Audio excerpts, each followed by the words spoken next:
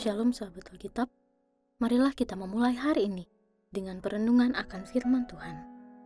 Bacaan Alkitab kita pada hari ini diambil dari Ezra, pasalnya yang keempat, ayat 1 sampai dengan 10. Lawan orang Yehuda dan Benyamin lalu mendengar bahwa orang-orang yang pulang dari pembuangan itu sedang membangun bait suci bagi Tuhan Allah Israel. Mereka pun mendekati Zerubabel serta para kepala kaum dan berkata kepada mereka, "Biarlah kami turut membangun bersama kamu, karena kami pun berbakti kepada Allahmu sama seperti kamu. Lagi pula kami selalu mempersembahkan kurban kepadanya sejak zaman Esarhadon, Raja Asyur, yang memindahkan kami ke sini." Tetapi Zerubabel, Yesua, dan para kepala kaum orang Israel yang lain berkata kepada mereka, "Tidak ada urusan kamu dengan kami dalam membangun rumah bagi Allah kami, karena kami sendirilah yang hendak membangun bagi Tuhan, Allah Israel, seperti yang diperintahkan kepada kami oleh Kores, Raja Persia." Penduduk negeri itu lalu melemahkan semangat orang-orang Yehuda dan membuat mereka takut membangun. Bahkan, selama zaman Kores, Raja Persia, sampai zaman Darius, Raja Persia, mereka menyogok para penasehat untuk melawan orang Yehuda dan menggagalkan rencana mereka. Pada masa pemerintahan Ahasweros, pada awal pemerintahannya, mereka menulis surat tuduhan terhadap penduduk Yehuda dan Yerusalem. Pada zaman Artasasta pun Bislam, Mitredat, dan Tabeel, serta rekan-rekannya yang lain menulis surat kepada Artasasta, Raja Persia. Naskah surat itu ditulis dalam tulisan Aram dengan terjemahannya. Tulisan berikut dalam bahasa Aram.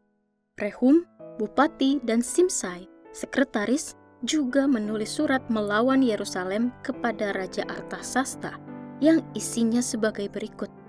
Adapun penulisnya adalah Rehum, bupati, dan Simsai, sekretaris, serta rekan-rekan mereka yang lain, para hakim, pejabat, dan pegawai, serta orang Persia, orang-orang dari Erek dan dari Babel, serta orang-orang Elam dari Susan, dan bangsa-bangsa lain, yang oleh Asnapar yang agung dan mulia itu dipindahkan dan disuruh menetap di kota Samaria dan di daerah yang lain sebelah barat Sungai Efrat.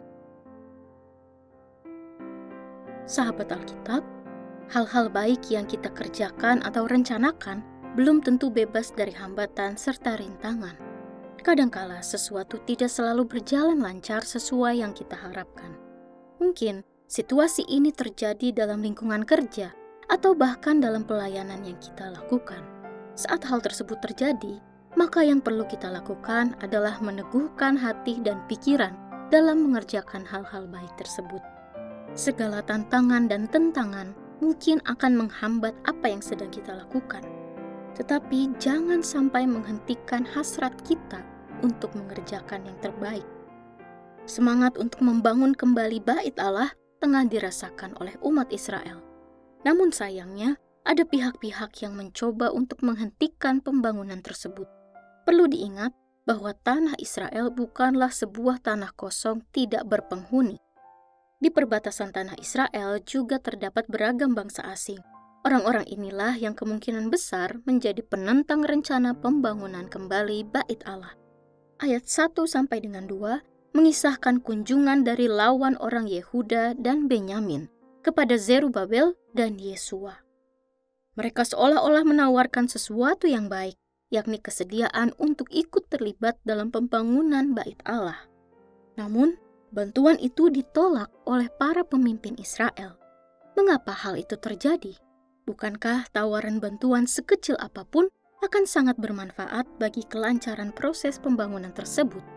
Rupanya, ini bentuk hikmat dari para pengambil kebijakan saat itu. Pertama, tersirat kecurigaan akan rencana-rencana tersebut untuk menguasai atau bahkan menyabotase proses pembangunan bait Allah.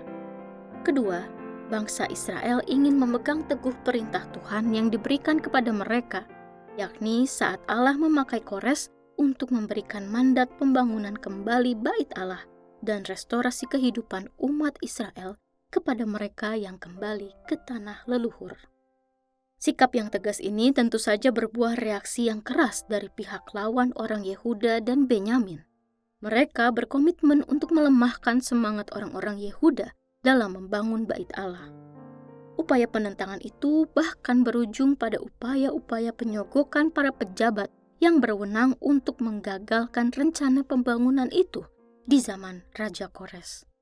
Saat Ahasiweros berkuasa, langkah yang dipakai adalah menyebarkan fitnah terhadap orang-orang yang telah menetap di Yehuda dan Yerusalem.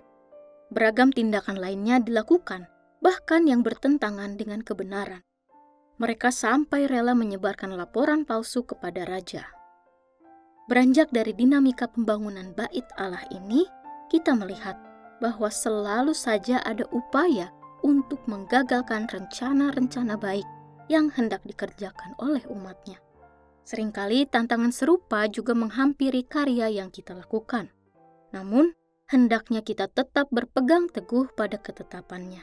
Jika apa yang kita kerjakan adalah sesuatu yang dikehendakinya, maka seberat apapun upaya untuk menghentikan apa yang kita kerjakan, pasti tidak berhasil.